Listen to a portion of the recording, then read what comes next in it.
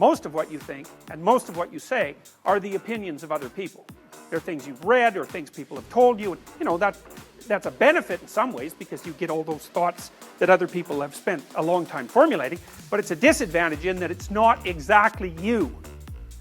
Okay, so you detach yourself from that. You're no longer your thoughts or the things that you say, or maybe you're no longer all of them. And now what you're going to try to find out is which of your thoughts and things that you say are you, and maybe so you can not utilize the rest, or maybe so that you can correct the rest because they're not representative of yourself as an integrated being. They don't take everything into account. My sense has been that you can tell when you're saying something that's not authentic by feeling out whether or not it makes you weak or strong.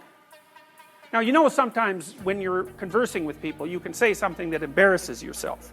Now, Nietzsche said, for example, everyone has perjured themselves at least once in the attempt to maintain their good name. Something like that. It's not an exact quote, but I've got the gist of it right. So maybe you're saying things to impress someone, or you're saying things to remain part of your political group or your social group or whatever, or maybe you have attributes, personal attributes that might be positive that you're ashamed of, and so you're not going to speak about them. So there's a falseness about your self-representation. Watch for 2 weeks and see. Make a rule that if you start to say something and it makes you feel weak, it's hard to describe exactly what that means. To me, what it means is that I can feel things coming apart sort of in my midsection, so I think it's an autonomic phenomena.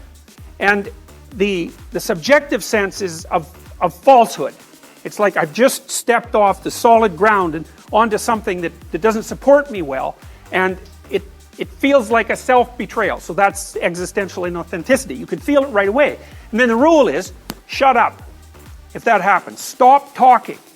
And then feel around and see if you can find some words that you can say in that situation that don't produce that sensation. And it's like, you see this played out in different forms of drama. So there's a scene in The Lord of the Rings, for example,